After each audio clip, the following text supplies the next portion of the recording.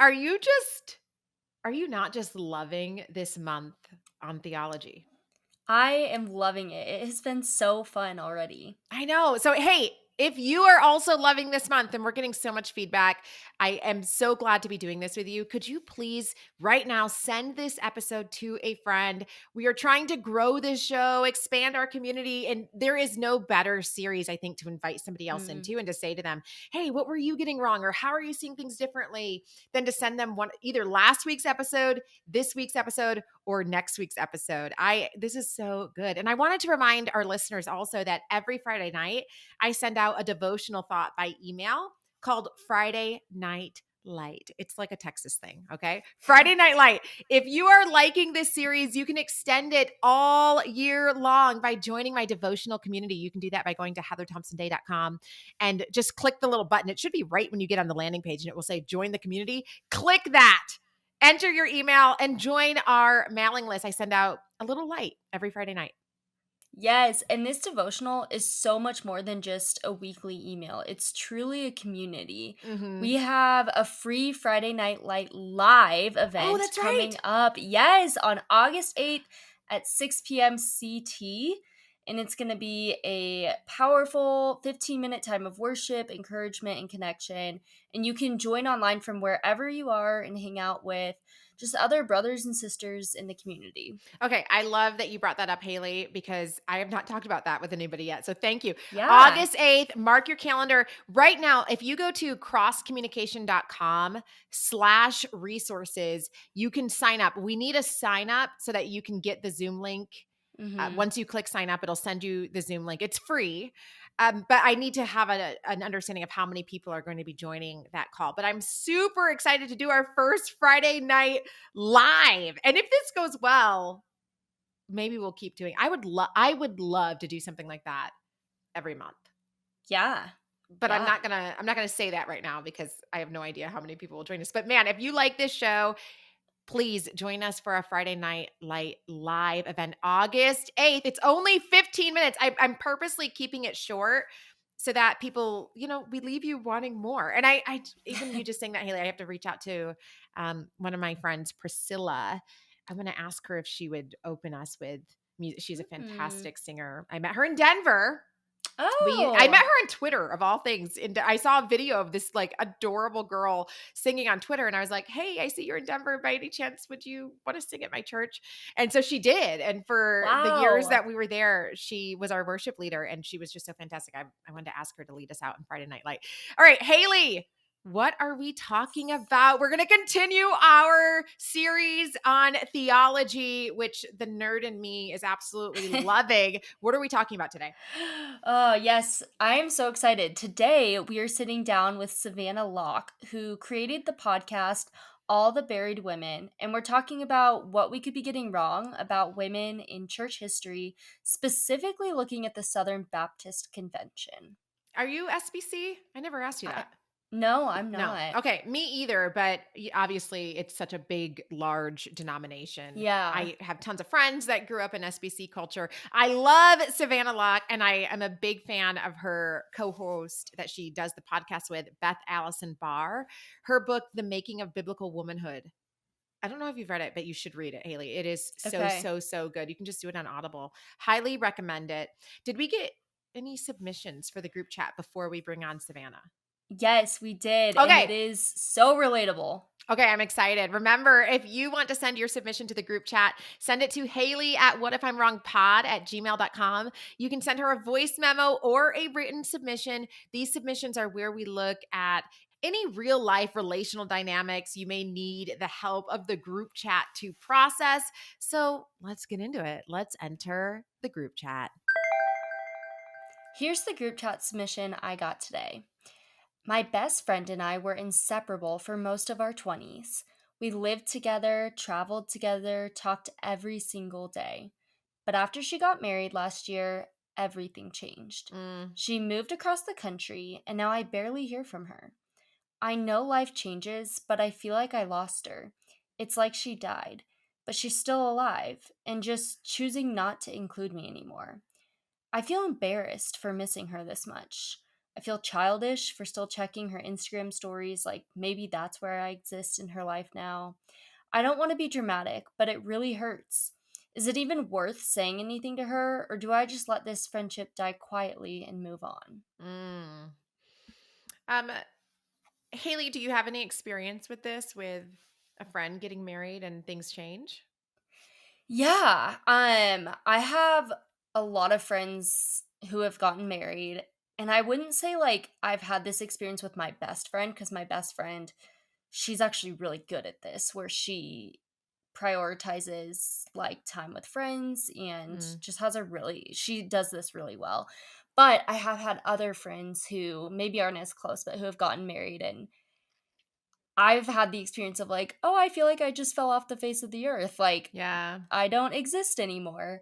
But I will say I do think it's really important to bring that up because Yes, that's what I was life gonna say. doesn't end after marriage. Like, Yeah, you yeah. still have friends, you still have life, and so I think it's so important to bring it up and just express how you're feeling. Yeah, that's exactly what I was going to say when she said, "Do I say something or do Yeah. I just let this friendship die?" I think you absolutely say something. And I also want to say it is super normal when people go through life transitions for them to pull back in some areas. Like, this is Mhm. not about you. Yeah. This is not about her not valuing you, or probably not even her not prioritizing you. It's that her life has gone through a massive shift. Mhm. She has Yeah. this new person that she's eating, sleeping, spending every single day with. And then on top of Yeah. that, she's also moved. I can see how her margins, what my therapist would call her window of tolerance. Her window of Mm. tolerance may be just very small right now, and she's trying to get her foothold with her family. I remember having this day. This is going to be so funny because I know Vimbo listens to the show. But Vimbo and I, when she was single, we would talk on the phone all the time, and often about like being single or praying through things or whatever. And then when she got married, she didn't need me in the same way that she needed me when Mm. she was single. And because I think Seth at that time when we were talking every single day was pastoring. So he had really strange hours, and he was often Hmm. gone, like meeting with members of the church at night or at Yeah. youth group or whatever. So I had all this time that I could just sit on the phone with her, and I enjoyed it. So we were both there for one another. And then when she got married, I remember a couple weeks after her wedding being like, huh, Bimbo doesn't call me the same Oh. anymore. And I was Yeah. sad.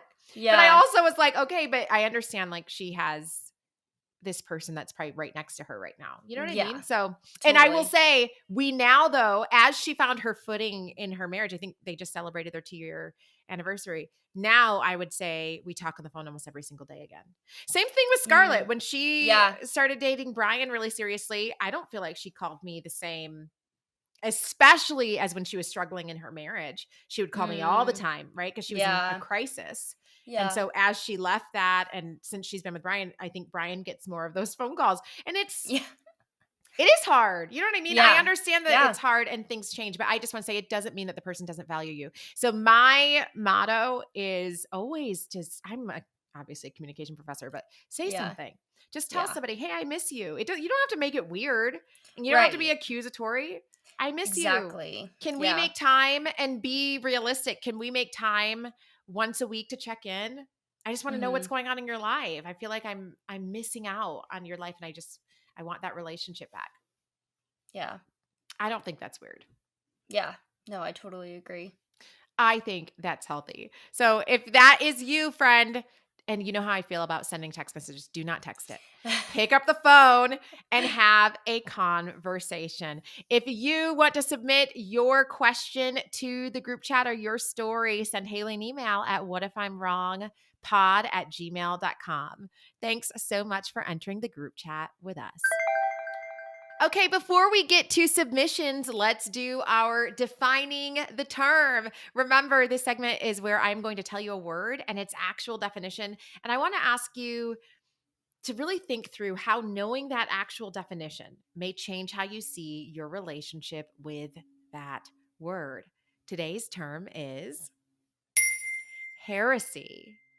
This week's word is heresy. So, according to Merriam-Webster, Heresy is adherence to a religious opinion contrary to church dogma, or more broadly, dissent or deviation from a dominant theory, position, opinion, or practice. Now, here's the twist. We often hear heresy used to shut people down, to label beliefs as dangerous or wrong, or how could you think that? You're a heretic. But what if we paused to consider its roots? The Greek word hieresis simply meant, get this, choice. Hmm. Hieresis meant choice or school of thought. Over time, it became weaponized, linked to rebellion, division, even punishment. And here's what I want you to think about. Martin Luther was considered a heretic. He was formally excommunicated in 1521 for his heretical teachings and actions. His teachings, particularly his rejection of papal authority, were deemed to be in direct opposition to the established Catholic doctrines, which was the predominant church of his day. Martin Luther was deemed a heretic. And you know what we call him today, Haley? Hmm. We just call his beliefs and ideas Protestantism.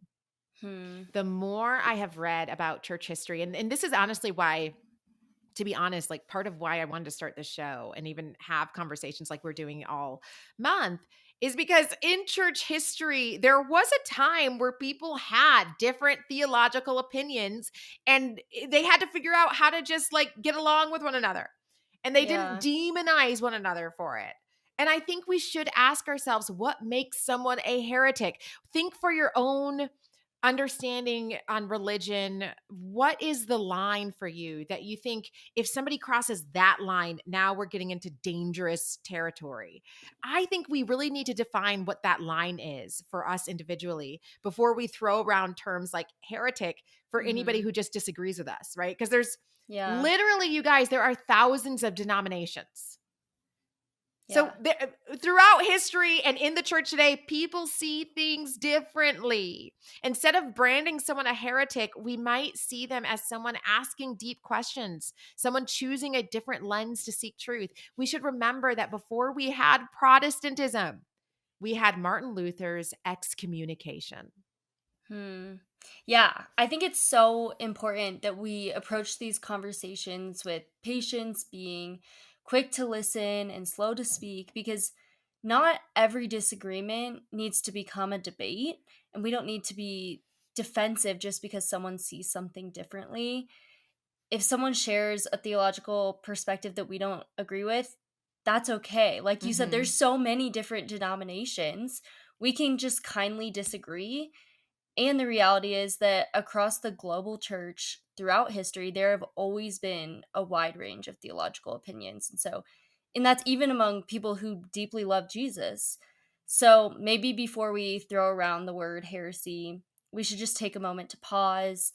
Disagreement doesn't automatically make someone a heretic. It Yeah. might just mean they're thinking deeply and asking hard questions. Yeah. And I just wanted to, I was thinking as I was listening to you, like, oh, what's my line?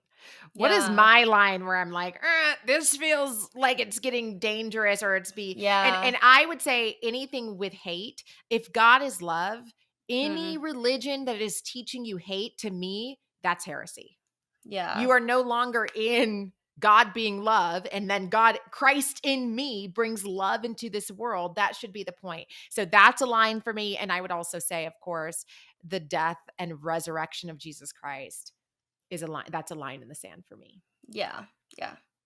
So we're gonna this, you know what may be a line for some people, Haley, is listening to Savannah Locke talking That's about true. women, Yeah. women leading and speaking in the church. I am so excited, Yeah. and we're so lucky that Savannah came on to join us. So let's bring her on.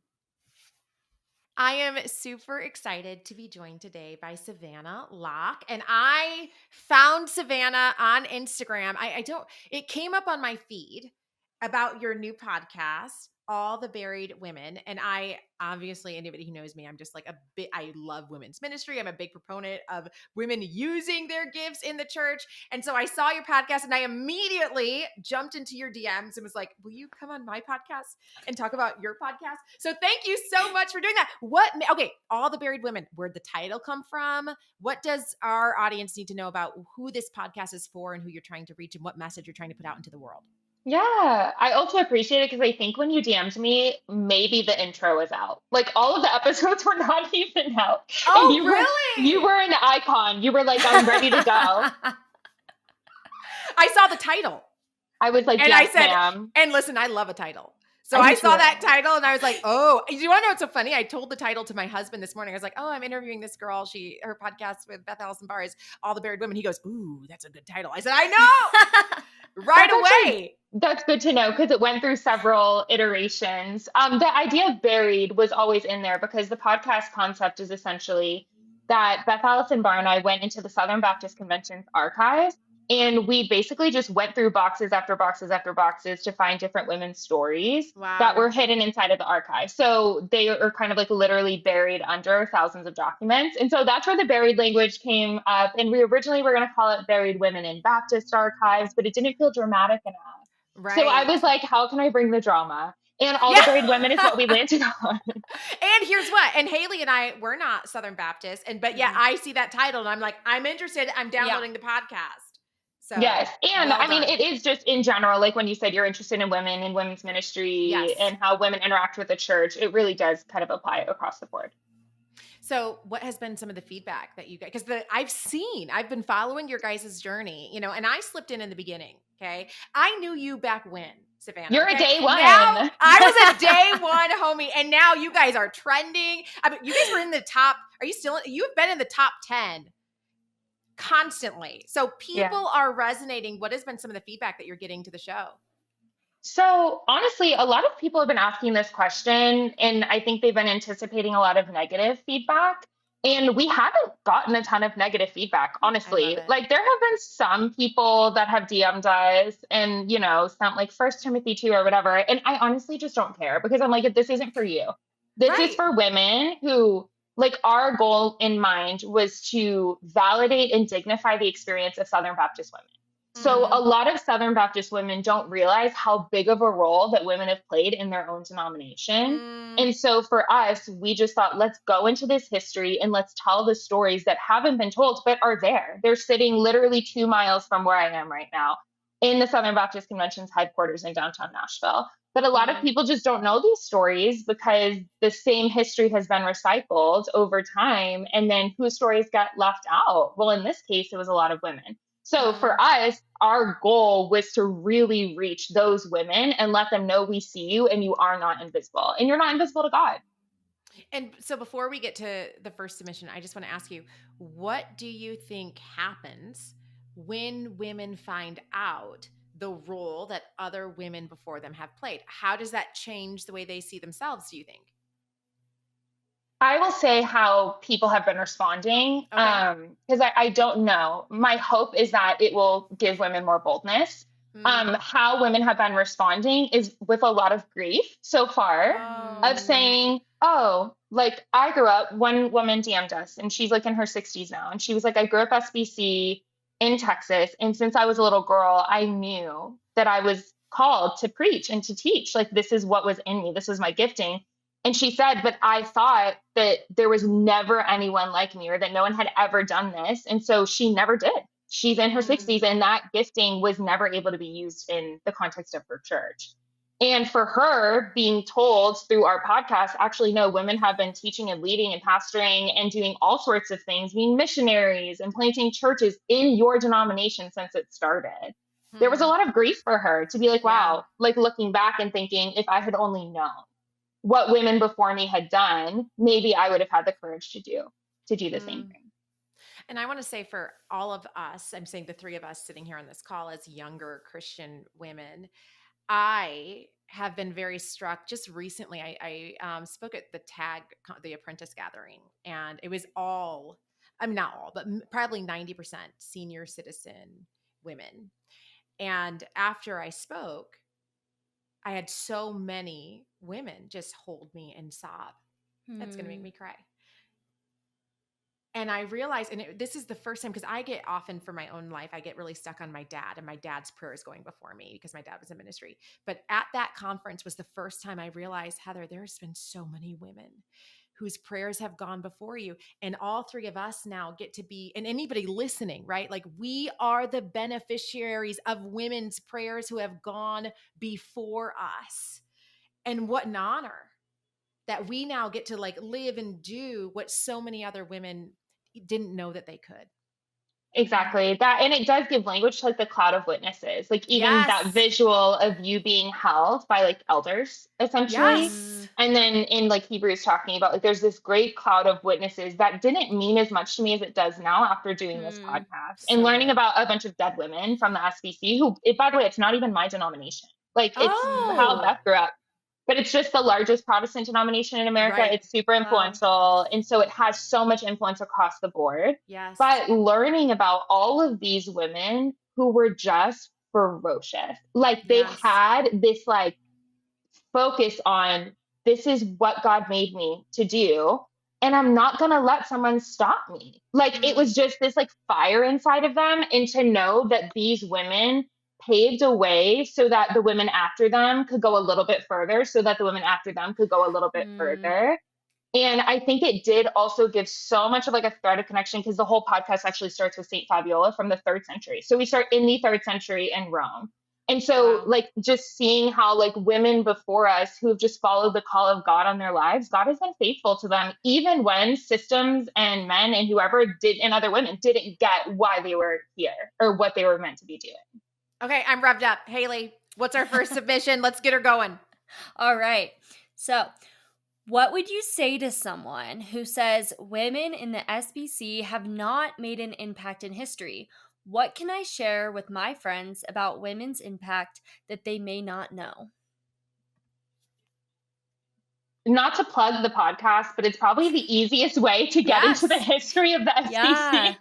No, please But plug it. yeah, it's, I feel like it's such a great beginner's guide. So, like I Hmm. said, I did not grow up SBC. So, I was learning for the last 2 years while we worked on this podcast. Oh, So, it wow. is very beginner friendly.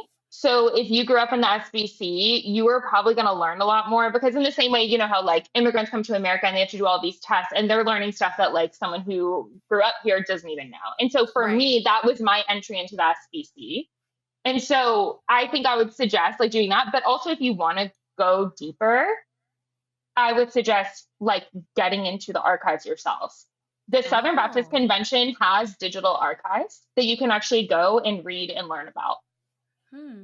Wow. I also, just to plug Beth Allison Barr, The Making of Biblical Womanhood, The Yeah. Pastor's Wife was just a New York Times bestseller. Those are two Literally. books too that we highly recommend that you could pick up. Tell us a little bit, because you had just mentioned episode 1 about the third century. What can you tell us about that episode? Okay, so Saint Fabiola was born in the third century, and she was basically like this socialite who got married and ended up in a terrible abusive marriage. And so she ended up Hmm. leaving her husband in a time where that was condemned by the Catholic Church. Hmm. And she not only left her husband, but then she ended up getting remarried to another man, which was like very disruptive to to her context. And after she got married to her second husband died. And then Fabiola dedicated her life to a life of service and actually started the first hospital in Rome. And there's this Wow. amazing quote about her. She like gave away all of her riches and just gave her life away to like the people of Rome. It was fascinating. And there's this amazing quote that Saint Jerome said about her that goes something like, which you'll have to like fact check this, but it goes something like that the sick began to envy, or that the well began to envy the sick because of how well Fabiola treated the sick. Because she would Wow. literally go and just care for everyone who was hurting, that people who were well like wanted to be unwell so that they could be taken care of by this woman and her generosity. And so basically, Saint Jerome, who is like a very big deal in Yes. church history, like a church father, he gave her eulogy, and we have it. And in her eulogy, he basically says, like, this woman was an icon of the faith. And I know that people say she got divorced and she left her husband, but look at her life. Like, look at the fruit of God in her life. And basically, that woman, Fabiola's story, ended up actually reaching the story of a Southern Baptist woman in the 1980s. And we discovered her story in the archives. And so we connect like St. Fabiola all the way through. The last episode is about a woman named Maria who was an abuse victim in the Southern Baptist Convention. And Fabiola really carried her through. Wow. Mm-hmm. Wow. So I just finished reading a book. It was called The Triumph of Christianity by Rodney Stark. And I was blown away. He does, I think it's chapter 7 or chapter 9, but an Okay. entire chapter about women in the first century. And this was so fascinating to me because he says 2/3 of the early church were women. Literally, women Amazing. carried the church forward. That he was saying what you were saying about nursing and how when the plague hit Rome and people started to leave, so many Christians stayed and Mm, cared for the sick. And so the population growth of Christianity, he was saying, actually I mean, this might offend some people, but he was just saying some of it wasn't miraculous. It was that Christians just had a better quality of life. They cared for the poor. They cared for the sick. They did not, women Roman women saw Christian women living a better quality of life. And so they started converting and wanting that life for themselves. They, at a time in Rome where you didn't want to have multiple babies because it would cost so much money, they would just kill female babies. yeah, yeah, yeah. And Christian women didn't do that. And so the population expanded and started to become a force. And I just thought that was so, so interesting. I love that. I love how you were like, this might offend some people, but actually, I don't know. I think sometimes we want to pawn some stuff off on miracles sometimes. And I'm like, just go do stuff. Like, and I mean, obviously people Yes. are going to want to convert. Like, they're going to want you. Yeah. Okay, Savannah, so Haley and I, we were just talking about this Yeah. weekend because Yeah. I worry sometimes that if we are always waiting on God to do a miracle, we'll miss the way that it seems that God actually works, which is just through human people. Through human beings. I literally think about this all the time with when the disciples asked Jesus. I've talked about this story a lot because it's very impactful to me in this way. But there was like a crowd of people and it was getting late after Jesus had taught, and the disciples were like, hey, we should send these people home because they're going to get hungry. And Jesus looked at them and said, no, you feed them. And I Yes. always think about that where we're like, oh, what should we do with all of these problems in the world? And I feel like Jesus is like, do fix it. Like, feed people, like, help people out of poverty, like, protect abuse victims, like, all of these things where we're kind of like sitting back being like, oh, I hope a miracle happens. It's like, you're the miracle. You're the Yes. church. Like, you are the gift. You are the hands and feet. So, yeah, I'm very pro what you just said. Yeah. And I think that is our best chance at seeing miracles is as we step into situations that we don't have the resources for, Yep. are underqualified for, should not be there. And then God is forced, I think sometimes, to fill those gaps in miraculous ways. So I think I know in my own life, I think I have cut myself off sometimes of experiencing miracles because I do not want to go until I have all the resources. And God is like, no, come. And then you'll experience me in a way that, oh my goodness, Heather, it's going to change your life to see me. Yeah, you're right. Yeah, that's beautiful. And like literally with the disciples too, like Jesus saying, you feed them. That's the fish and loaves comes right after that. Yeah. They were like, all we have are these fish and loaves. And to your point, it's like, was that enough resources to feed 4,000? No. Yeah. But then Jesus multiplied it. Haley knows. I have to tell this story, and then we're going to go to the next submission. Okay, but we were just in Mississippi with the Extraordinary Women Conference, and I had 2 women come to our booths, and they were Baptist women. I wrote down their names because I want to tell this story later better. But you just got me excited, so I want to just share this with people listening because this blew my mind. Okay, they came up to Haley and I at the booth, and they were like, "I've seen a miracle," and I was like, "What?" And they said, we are from a tiny Baptist church in Mississippi. We have 60 members total. And every year we don't do Halloween, but we do like this fall fest and we try to feed the kids in the neighborhood and just put on games and things like that. And they said, I went to Costco. These 2 women, I mean, much older women. Yeah. They went to Costco and bought hot dogs. And then they looked, so they're making the hot dogs in the church kitchen and they look and they're like, I don't think we have enough hot dogs because there were so many kids there. So then they sent their husbands to go get more hot dogs. Okay. And so their husbands come back with more hot dogs. At the end, she's like, every time I open my oven, there was more hot dogs. So I just kept opening the oven and feeding them. At the end, she said, we fed, this is okay. I don't know if it's true, but they told it to me and they looked very Yeah. serious and I believe Yeah. them. Okay. I'm just going to tell you, I believe them. They said, we Yep. fed 800 young people with 200 hot dogs. And I thought, of course, of the fish and loaves. And it just, Yeah. this is a church, 60 people, right? They didn't ask God, but we don't have enough Yep. resources to feed it. They Yep. just did what they could with what they had, and God filled the gap. So, friends, sometimes I think his strength is made perfect in weakness. Sometimes the blessing is to just step in our brokenness, in our lack, and see what God does. All right, Haley, what's the second Yeah. submission for Savannah? Yeah. So I have recently listened to episode 3 of All the Buried Women podcast, and I loved the story of Rosalie Beck. Can you tell me what most fascinated you about the loopholes that allowed women to serve in ministry and what you learned from your research that surprised you? Okay. So, for anyone who hasn't listened, episode 3 is called Loopholes, because as we interview different women, I just began to notice this trend that women were able to do things as long as they used different words for what they were doing. So, they were able to Mm. preach on stage as long as they called it sharing, and they were able to teach as long as they called it a testimony. And as I'm hearing these interviews, I'm like, Beth, these are just loopholes.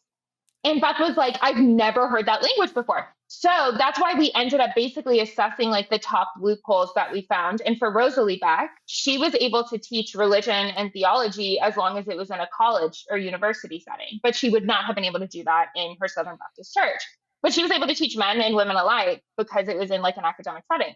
So the idea and my thesis behind that episode was basically that there's like loopholes of setting and there's loopholes of language. So the language loophole is what I talked about earlier, and then setting loophole is like, oh, if you're a missionary and you're a woman, you can go preach the gospel to kids in China and you can plant a church in Uganda, but you can't do that in Nashville. And so it's like if setting is different or language. Okay. So for me, I think what was most surprising I think what's most surprising is that no one has called it a loophole sooner. Where I literally was like, do you not see what you people are doing? And I'm not saying at all Yeah. that I'm the first one, but all I'm saying is that for these women who grew up in the SBC, when I called it that, they were like, oh, that is what it is. And so I think for me, I was just shocked that like women have been so resilient and just kind of found their way through. And I guess I'm just surprised that like I guess I'm surprised that such silly things get in the way of the calling of women. That's what I'm Wow. surprised by. Where I'm like, yeah, if Yeah. you're going to call it like sharing instead of preaching, but like I listened to the sermon and it's a sermon. So, For me, as somebody who taught communication for almost 15 years, that makes total sense. Because what makes sense about it? the communication words that we use are all of our I have this is why I stopped arguing with people about things, because I've realized, oh, if I just say what you're saying in different words, or if I repeat what I'm saying and don't use whatever the buzzword is, I always tell people this: take out the buzzwords that we know are going to divide us because, oh, well, my party believes this way or my denomination believes. Just remove that buzzword and have the same conversation, and most people will suddenly listen to you. So I absolutely love that. It's wisdom. It's wisdom. It's something. Yeah, wisdom and survival. But yeah, I Yeah. do think too, like the buzzword piece as well, like within the context of like religion, but also politics, it's like there are certain words that instantly have a whole world behind them. Yep. And when you even like think about something like preaching in the SBC, that has a whole world behind it. Yep. Where it's like if you say preach, it means something different for a Southern Baptist member than it would to like an Episcopalian or like a Catholic or whatever. And so to your point, like being able to kind of like see how people found different ways around, like to be able to still follow the call of God on their lives just by, I think, really like lowering the temperature is pretty Yeah. fascinating. I remember one of my good friends in college who was very like against religion, against God, was like, Heather, I cannot believe that you believe that there's like this guy in the sky that I'm supposed to pray to. And I just remember saying to her, well, what if, like, God's not a guy, but what if God is love? And I'll never forget this. She looked at me and she goes, I could worship that. Mm. And I just realized, yeah, sometimes as Christians too, we will get in, I think, God's way, wanting to make sure we use whatever it, anyway, this is a whole conversation of scripture being translated over and over into different languages, right? And so sometimes I think we'll get in arguments or say, oh, well, I have to have these staunch convictions and beliefs over language that very much can be subject to change. And I just think we need to be open to loopholes to thinking of things in different ways that somebody may be able to receive it. I personally, my submission to people is that that's actually just good communication. Changing the message so that it can actually be received, I think, is good communication. I love that. Yeah. Savannah, I I'm adore thinking you. about this now. Sorry, I literally Oh, just went into your communications land and I was like, I've never thought about this from like a language perspective, but I'm back in the present moment. yeah. Yeah. I was like, Savannah, we adore you. We adore the podcast. Thank you so much for joining us. yeah, thank you. Oh, wait, where can people find you? Tell them where they can find you. Just on the internet. Find me on Instagram if you want, or I have a Substack that I write on, or find All the Buried Women. Yeah, on any podcast platform.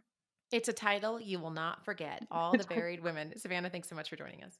I want to close every episode with a segment I call Day in the Bible. And this is where I share something I have learned in Bible study with you that will beg the question, what if I'm wrong about how I have been reading or thinking or explaining this Bible passage? I have found that knowing who God is has helped me know who I am. I talked about this in Friday Night Light a few weeks ago, but Jesus says in John 8:12, I am the light of the world.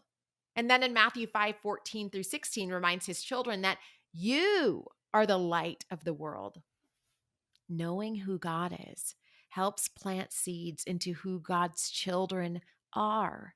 Psalm 34:8 says, taste and see that God is good. And Genesis 1:31 says that God makes humanity. And the text says this, God saw all that he had made, and it was very good. We are supposed to be carrying the image of our Father into this world, men and women. We are supposed to allow the Spirit to plant seeds of who God is into who we become. We are supposed to make people feel loved because we know that our Father loves them. 1 John 3:1 says, see what great love the Father has lavished on us, that we should be called children of God. And that is what we are. If you are struggling to know who you are right now, I want you to remind yourself of who God is. Remember who you came from. That's it for today's episode. Join us next week as we continue in our theme of theology. Next week, we are talking about navigating deep theological questions. You can send me your submissions if you want us to discuss whatever experience you are questioning on the podcast. Email me at whatifimwrongpod@gmail.com. And don't forget to share this episode with a friend and ask them, hey, what's your line? What's your theological line that you think we're getting into dangerous or heretical territory? I'm Heather Thompson Day, and I'll see you next week.